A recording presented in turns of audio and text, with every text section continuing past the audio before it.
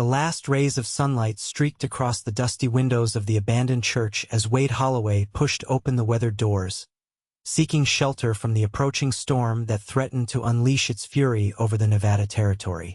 The year was 1879, and the unforgiving landscape of the American West had taught him to respect nature's wrath more than any man's gun. The floorboards creaked beneath his worn leather boots as he stepped inside, his tall frame casting a long shadow in the dim light. Wade removed his hat, a habit ingrained from childhood by a mother who believed in respecting holy places, even ones as forgotten as this.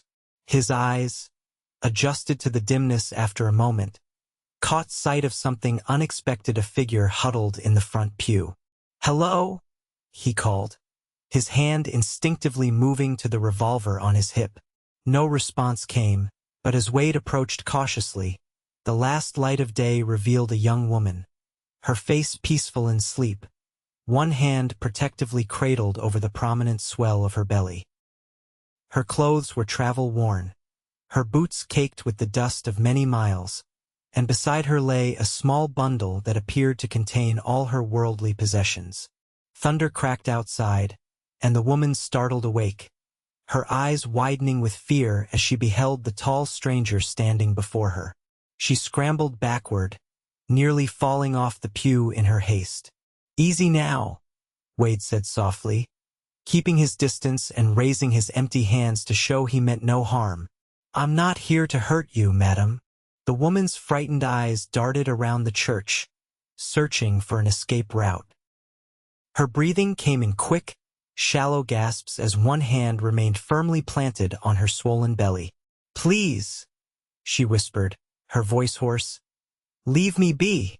Wade noticed the fading bruise on her cheek, partially hidden by a curtain of dark hair. The storm outside grew louder, rain beginning to pelt against the windows with increasing intensity. "This roof won't hold against what's coming," Wade said gently. "You'll wake somewhere safer if you let me help you." The woman hesitated, distrust evident in her eyes. She couldn't have been more than 25, with features that might have been pretty if not marred by exhaustion and fear. "My name is Wade Holloway," he continued, keeping his voice steady. "I have a cabin not far from here. You and your little one would be dry there, at least until the storm passes." A particularly violent gust of wind rattled the church windows, and a leak in the ceiling sent a stream of water splashing onto the floor nearby. The woman flinched, then looked at Wade with renewed consideration.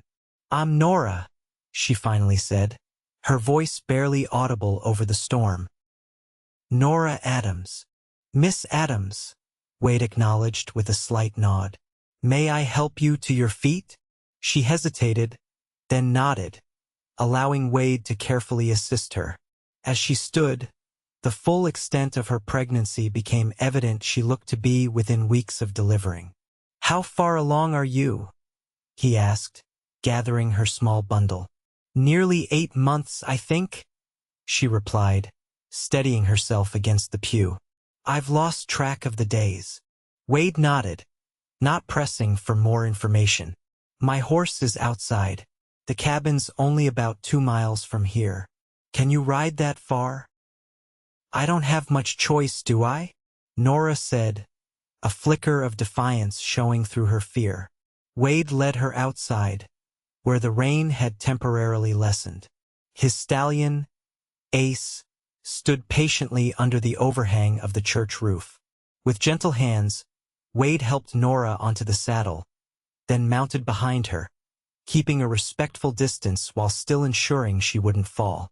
"Hold tight to the pommel," he instructed, reaching around her to take the reins. "I'll go slow."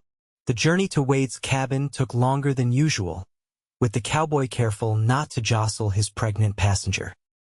Nora remained tense against him, but as the minutes passed and he made no threatening moves, she gradually relaxed enough to lean back slightly for support. By the time they reached the small log cabin nestled in a copse of pine trees, the storm was raging in earnest. Wade dismounted quickly and helped Nora down before leading Ace into a small attached stable. Go on inside, he called over the wind. Doors not locked. Nora hesitated but ultimately pushed open the door and stepped inside. The cabin was modest but clean, with a stone fireplace on one wall and simple furnishings. A bed stood in one corner, a table with 2 chairs in another, and a small cooking area occupied a third. When Wade entered a few minutes later, having seen to his horse, he found Nora standing in the middle of the room, still clutching her bundle, looking like a cornered deer. "Please sit," he said, gesturing to one of the chairs as he removed his rain-soaked coat and hung it by the door. "I'll get a fire going." Nora watched him warily as he knelt by the fireplace and began arranging kindling. "Why are you helping me?" she finally asked. Wade didn't look up from his task. "My ma would have skinned me alive if I'd left a woman in your condition alone in that church during a storm. Your mother sounds like a good woman." "She was," Wade replied simply, striking a match and touching it to the kindling. The tiny flame caught and began to spread. "She passed 5 winters ago." "I'm sorry," Wade shrugged. "Life out here takes more than it gives sometimes." He stood and moved to a small cupboard. "You must be hungry. I don't have much, but there's some stew left from yesterday I can heat up." Nora finally sank into a chair, setting her bundle on the floor beside her. "I haven't eaten since morning," she admitted. As Wade busied himself preparing the meal, Nora gradually began to thaw, though her eyes still tracked his every movement. By the time he placed a bowl of steaming stew before her, the rain was pounding on the roof with such force it sounded like horses galloping overhead. "Eat," Wade encouraged, taking the other chair with his own bowl. "Then you should take the bed. I'll make up a pallet by the fire." Nora looked up from her food. "I can't take your bed." "You're not taking it. I'm offering it." Wade's tone brooked no argument. "Besides, in your condition, you need it more than I do." They ate in silence for a while, the crackling fire and drumming rain the only sounds. Finally, Nora set down her spoon. "Thank you," she said quietly, "for the food and the shelter." Wade nodded. "You're welcome to stay until the storm passes. After that." He left the sentence unfinished, a question hanging in the air. "After that, I'll be on my way," Nora said firmly, her hand once again moving to her belly in that protective gesture Wade had noticed earlier. "Where are you headed?" he asked. "West. California, maybe. Somewhere new." Her answer was quick, rehearsed. "California's a long way for a woman traveling alone," Wade observed, "especially one expecting a child." Nora's expression hardened. "I'll manage." Wade didn't push further. Everyone in the West had things they were running from. It wasn't his place to pry. "There are some of my mother's old clothes in that trunk," he said, pointing to a wooden chest at the foot of the bed. "Might be something that fits you better than what you're wearing now." Nora glanced down at her mud-spattered dress. "Thank you." Wade stood, gathering their empty bowls. "I'll step outside while you change. Call when you're decent." Despite the rain, Wade spent several minutes in the stable with Ace, giving Nora ample time. When he finally heard her call, he returned to find her wearing one of his mother's old nightgowns, her hair damp from washing in the basin he kept on a small stand. "It's a little big," she said, gesturing to the nightgown. "But clean." "Ma was tall," Wade said, a faint smile tugging at his lips. "Get some rest now. You're safe here." Nora nodded, though the look in her eyes suggested she wasn't entirely convinced of that. Nevertheless, she climbed into the bed while Wade arranged some blankets near the fire. As he settled down for the night, he heard her voice, soft in the darkness. "Mr. Holloway? Just Wade is fine." "Wade," she amended. "How did you come to be at that church today?" Wade stared up at the ceiling. "I stop there sometimes. It's been abandoned since the silver dried up in these parts." but it's peaceful. Good place to think. What were you thinking about today? Nora asked. Wade was silent for a long moment. The past, he finally said. And whether the future holds anything different. Nora didn't respond, and soon her breathing evened out into sleep. Wade remained awake for hours, listening to the storm rage outside and wondering what circumstances had brought a pregnant woman to seek shelter in an abandoned church, so far from anywhere a person might call home. Morning came with a sky washed clean, the storm having spent its fury overnight. Nora awoke to find Wade already up, frying bacon on the small stove. "Good morning," he said, glancing over as she sat up. "How are you feeling?" "Better," Nora admitted, pushing hair from her face. "Thank you for the bed." Wade nodded, sliding bacon onto 2 plates and adding a couple of biscuits from the warming shelf of the stove. "Not much of a breakfast, but it'll keep you going." As they ate, Nora seemed less guarded than the night before. The daylight revealed more details Wade had missed in the dim church, a small scar at her temple. The remnants of what might have been more bruises faded on her arms, and the weariness etched in lines around her eyes despite her youth. "The storm's passed," Wade observed, "but those clouds to the west look like more's coming. Might be best if you stayed another day."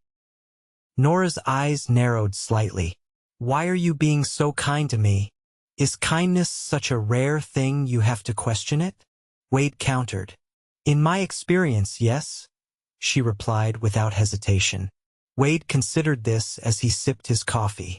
"I've seen enough cruelty in this world not to add to it," he finally said.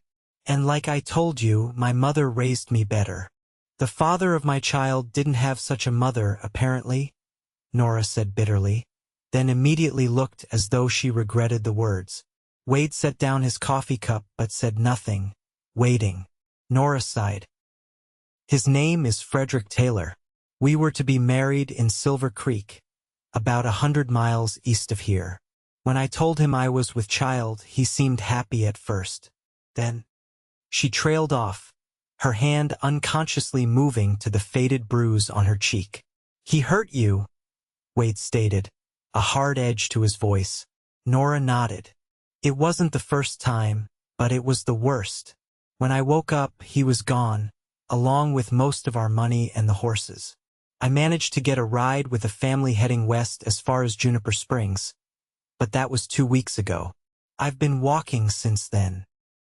"Juniper Springs is 30 miles from here," Wade said, shocked. "You walked all that way in your condition?" "I did what I had to do," Nora replied simply. Wade stood, taking their empty plates to the basin. "You'll stay here," he decided, "at least until after the baby comes." "I can't impose." "It's not an imposition," Wade interrupted. "It's the right thing to do. This is no country for a woman to be wandering alone, especially not one about to bring a child into the world." Nora looked as though she wanted to argue, but instead, she pressed a hand to her side, wincing slightly. "Are you all right?" Wade asked, concern evident in his voice. "Just the baby moving," Nora assured him. "He's been very active lately." Wade raised an eyebrow. A small smile touched Nora's lips for the first time since Wade had met her. "Just a feeling." Over the next few days, an uneasy truce settled between them. Wade went about his work on the small ranch, tending to Ace and the 2 cows he kept, chopping wood, and making repairs to the cabin roof where the storm had caused a leak. Nora, despite his protests that she should rest, insisted on earning her keep by cooking and helping with whatever chores she could manage in her condition. "I'm pregnant, not invalid," she informed him tartly when he suggested she sit down instead of helping him preserve the venison he'd brought back from a hunting trip. Wade found himself smiling more often than he had in years. Nora, once she began to trust that he truly meant her no harm, revealed a sharp wit and a resilience that impressed him. She told him little about her life before Frederick Taylor, only that she'd been orphaned young and raised by an aunt who had passed away the previous year. "That's when I met Frederick," she explained one evening as they sat by the fire. "He came through town selling farm equipment. Said all the right things, made me feel special. When he proposed after just 3 weeks, I thought it was romantic." She laughed without humor. "Now I realize he just saw an easy target, a woman alone with no family to ask difficult questions." "Some men prey on those they perceive as weaker," Wade said, stoking the fire. "It's the worst kind of cowardice." "You don't seem like that kind of man," Nora observed, watching him carefully. Wade met her gaze steadily. "I try not to be." As the days passed, Wade found himself increasingly drawn to Nora's quiet strength. He enjoyed their conversations, the comfortable silences that fell between them, and even her stubborn insistence on contributing despite her condition. For her part, Nora seemed to relax more each day, the haunted look in her eyes gradually fading.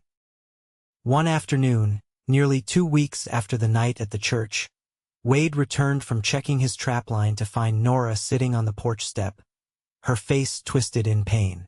"Nora?" he called, quickening his pace. "What's wrong?" She looked up, her face pale. I think the baby's coming early." Wade felt a spike of panic but forced himself to remain calm. "How long have you been having pains?" "Since morning," Nora admitted. "But they were mild at first. I thought it was just false labor. They're getting stronger now, though, and closer together." Wade helped her to her feet. "Let's get you inside." Once he had her settled on the bed, Wade ran a hand through his hair, thinking rapidly. "The nearest doctor is in Silver Ridge, 2 days' ride from here." "There's no time for that," Nora gasped as another contraction seized her. "This baby isn't waiting." "I'll ride to the Hendersons' place," Wade decided. "Martha Henderson has delivered half the babies in these parts. It's only an hour away if I push Ace hard."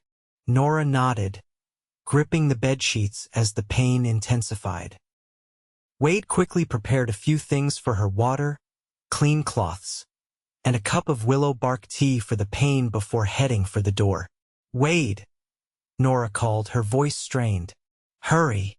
The ride to the Henderson ranch was a blur, with Wade pushing Ace harder than he ever had before.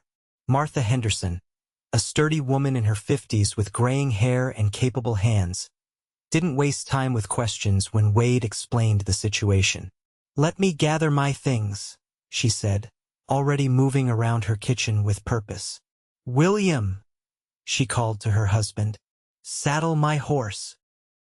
The return journey seemed even longer, with Wade's mind filled with worry for Nora. When they finally reached the cabin, they could hear her cries from outside. Martha dismounted quickly, her medical bag in hand. "How long has she been laboring?"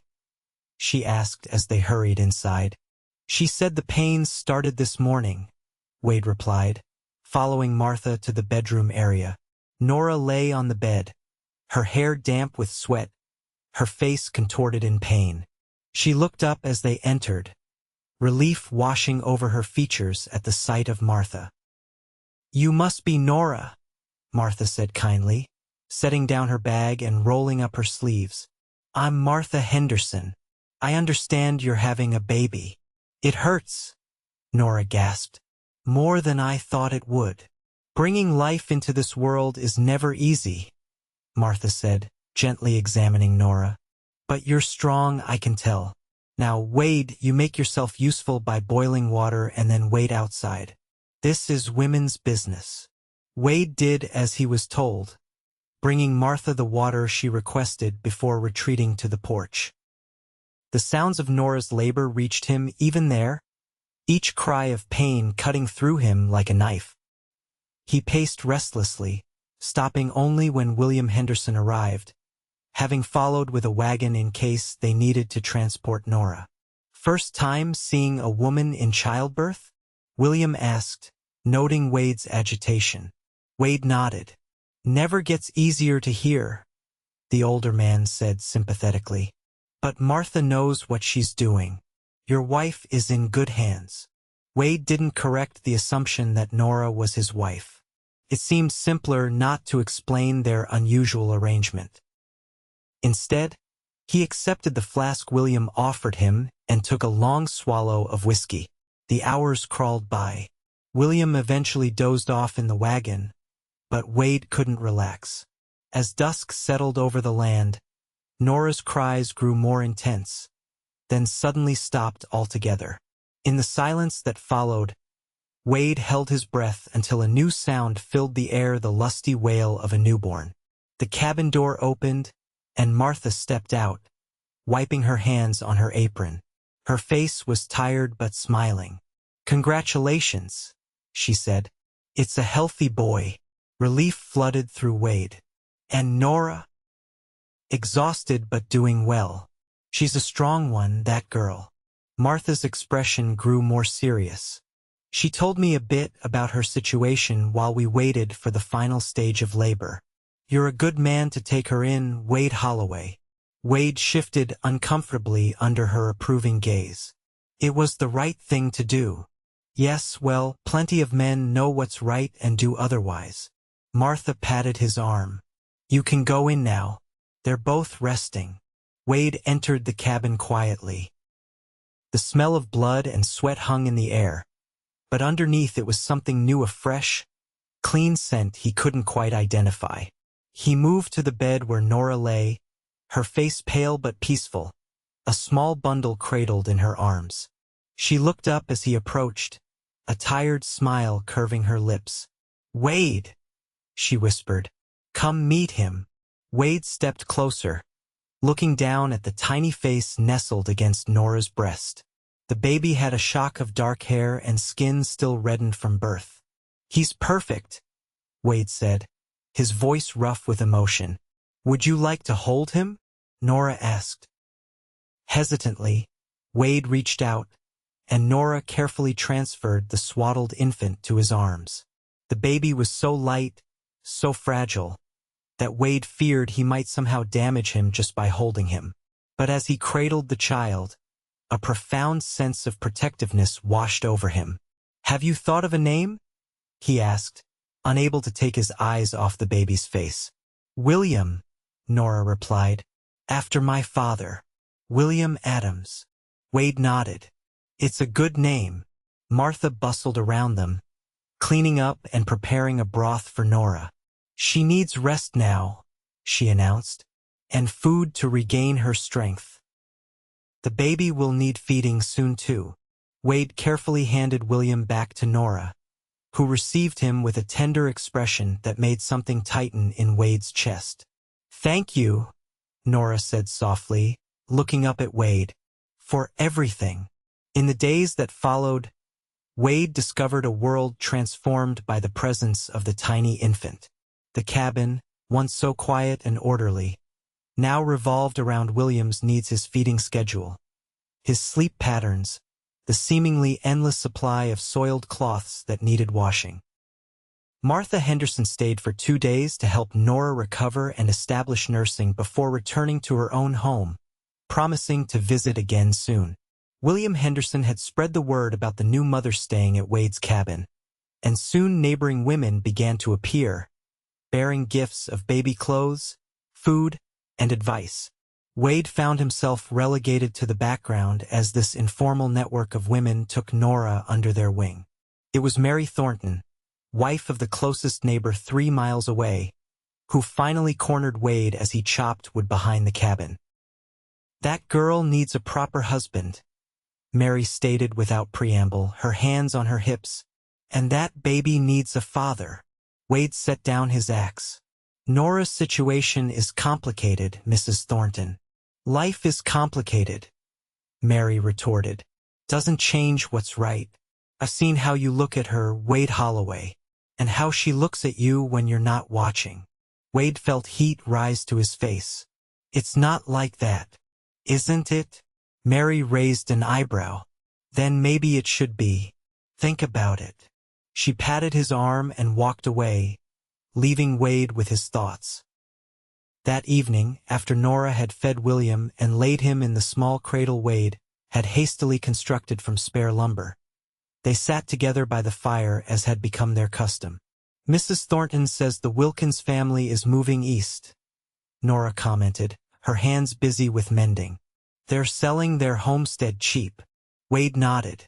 "Thomas Wilkins lost his leg in a mining accident last month. Can't work the land anymore." Nora was quiet for a moment. "It's a nice piece of property. Good water, fertile soil." "It is," Wade agreed, wondering where she was going with this.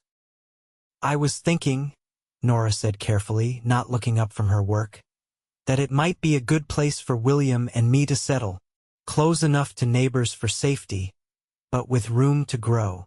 Wade felt something cold settle in his stomach. "You're planning to stay in the area, then? Not continue to California?" Nora finally looked up, her eyes meeting his. "These past weeks have shown me that there are good people here, people who might give a woman and her child a fresh start." She hesitated. "But I would need help to make a go of it." "You know I'll help you get settled," Wade said immediately. "Build what needs building. Make sure you have supplies for winter."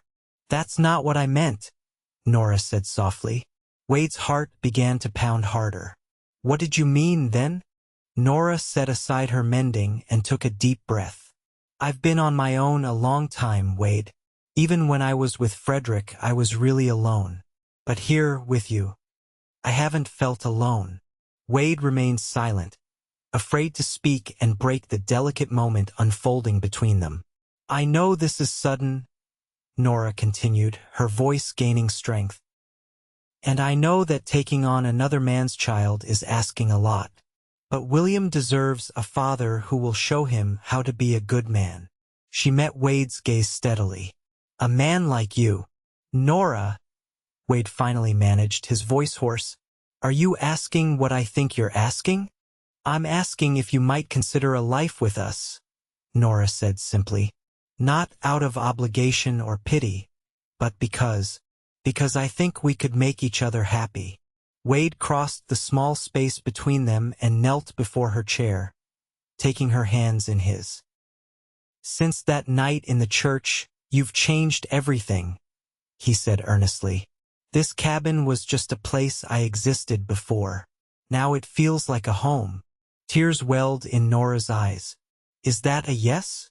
"It's a yes," Wade confirmed, a smile spreading across his face. "But not to the Wilkins place." Nora looked confused. "What do you mean?" "This land," Wade explained, gesturing around them, "has been in my family for 2 generations. My father built this cabin with his own hands, expanded the property to nearly 200 acres.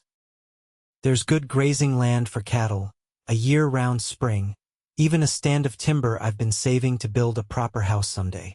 He squeezed her hands gently. "If you're willing, this could be our home, yours, mine, and William's." A tear slipped down Nora's cheek. "Are you sure? Taking us on is a big responsibility." "I've never been more sure of anything," Wade said firmly. "I love you, Nora Adams. I think I started falling for you that very first night, when you were so determined to protect your child despite everything you'd been through."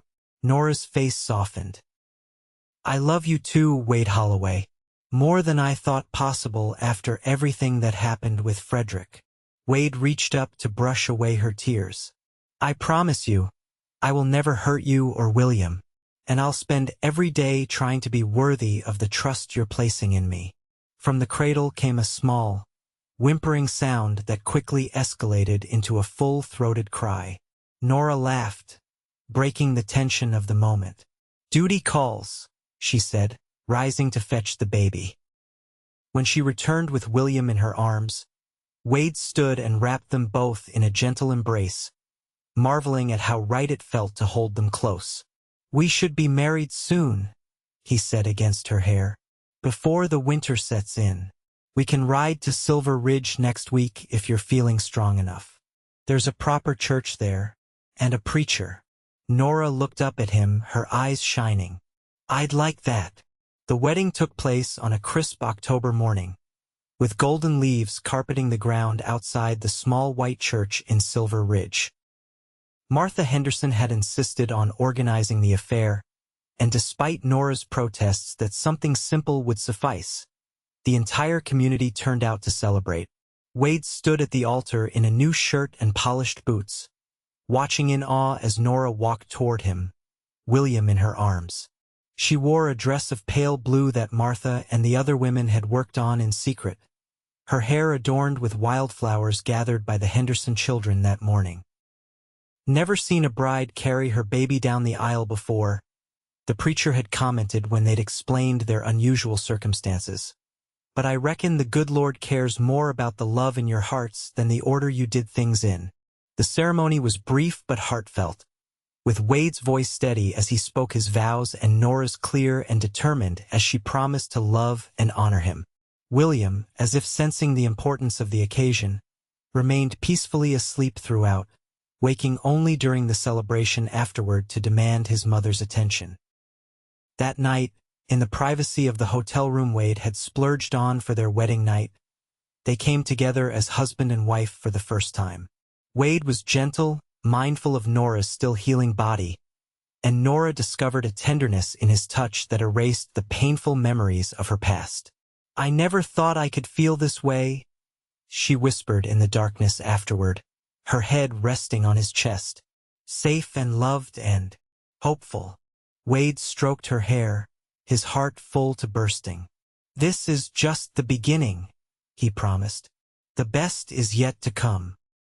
The years that followed proved him right. They returned to the cabin after their brief honeymoon, but true to his word, Wade began work on a proper house that winter, cutting and seasoning timber from his own land. By the time William took his first steps the following summer, the framework was complete, and by his second birthday, they moved into the finished home, a sturdy two-story structure with room for the family to grow. And grow it did. When William was 3, Nora gave birth to a strong, healthy boy they named James, after Wade's father. 2 years later, their daughter Sarah arrived, with her mother's dark hair and her father's steady gaze. The ranch prospered under Wade's careful management and Nora's practical wisdom. They added cattle to the property, then horses, building a reputation for quality stock that brought buyers from as far away as California. Wade taught William to ride almost as soon as the boy could walk, and by the time he was 10, he was helping with the daily chores around the ranch with a seriousness that made his father proud.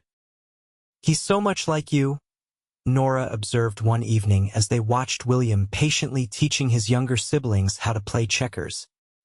"He has your kindness," Wade squeezed her hand, "and your determination. Remember when he decided to tame that wild colt last spring? Wouldn't give up even after being thrown twice." "How could I forget?" Nora laughed. "I nearly had a heart attack." Their life wasn't without challenges. The harsh winter of 1886 nearly wiped out their cattle herd, and there was the terrible summer when scarlet fever swept through the region, taking the lives of 3 children in nearby homesteads. William fell ill during that outbreak, and for 3 terrifying days, Wade and Nora took turns bathing his burning body with cool water, praying for his recovery. "Don't you dare leave us," Nora had whispered fiercely to her oldest son as he thrashed in delirium. "You fight, William Adams Holloway. Fight with everything you have." Whether it was their desperate prayers or William's natural strength, the fever broke on the 4th day, and he began the slow process of recovery. Wade, who had maintained his composure throughout the crisis for Nora's sake, finally broke down when the doctor confirmed their son would live. "I couldn't bear to lose him," he confessed to Nora that night. "He may not be my blood, but he's my son in every way that matters." Nora held him close. "He knows that. You've never treated him differently from James or Sarah. He loves you as his father because you've always been his father." As the children grew, so did the ranch and their standing in the community. Wade was elected to the town council of Silver Ridge, while Nora started a small school in their home for neighboring children too far from town to attend regularly. Their home became a gathering place, known for its warm hospitality and Nora's excellent cooking. When William turned 16, Wade took him aside for a man-to-man talk. They rode to the highest point on the property, a rocky outcropping that afforded a view of the entire valley. "All of this will be yours someday," Wade said, gesturing to the land spread out before them. "Yours and your brothers and sisters, to share and steward as you see fit." William nodded seriously. "I'll make you proud, Pa." Wade clasped his shoulder. "You already do, son. Every day." He hesitated, then continued. "I want to tell you something important. Something about your birth." William looked at him curiously. "What about it?" "You know that your mother and I found each other when she was already expecting you," Wade began carefully. "What you may not know is how brave she was, traveling alone in her condition, fleeing from a man who had hurt her." William's expression hardened. "My real father." "No," Wade said firmly. "Not your real father. A man who contributed to your creation but never earned the title of father." He looked William directly in the eyes. "I've never thought of you as anything but my son. From the moment I held you, just minutes after you were born, you were mine to love and protect. Blood doesn't make a family, William. Love does."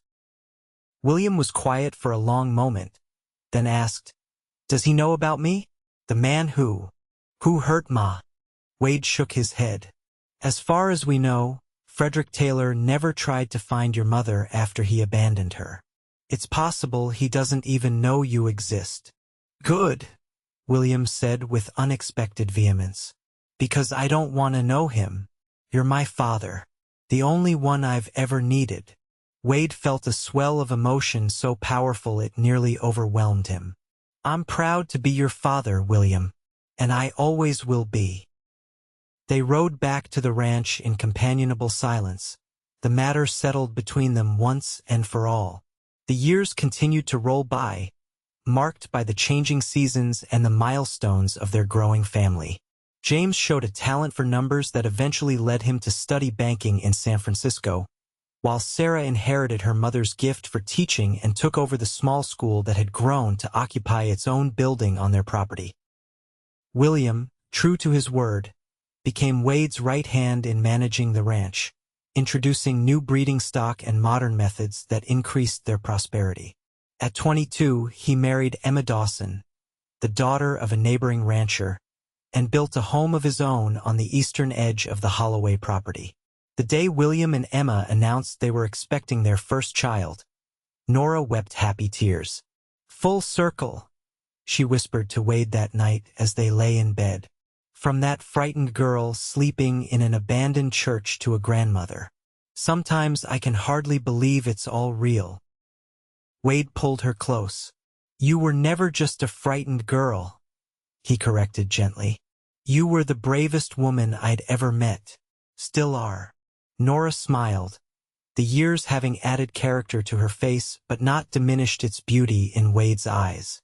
"I wonder sometimes what would have happened if you hadn't found me that night." "I don't," Wade said firmly, "because you would have found a way forward no matter what. That's who you are, Nora Holloway. But I'm thankful every day that God saw fit to put me in that church when you needed shelter." When William and Emma's son was born in the spring of 1902, they named him Wade, after the grandfather who had shown what it meant to be a true father. Holding his namesake for the first time, the elder Wade felt his life had come full circle. "Look at what we built," he said to Nora as they sat together on the porch of their home, watching their expanding family gathered for Sunday dinner. William and Emma with baby Wade. James, home from San Francisco with his new fiancée. Sarah and her husband Thomas with their twins, the next generation of Holloways already taking shape. "Not bad for a cowboy and a woman he found sleeping in a church," Nora replied with a smile, resting her head on his shoulder. Wade kissed the top of her head, still dark despite the threads of silver that now ran through it. Best thing I ever did was tell you you'd wake somewhere safer.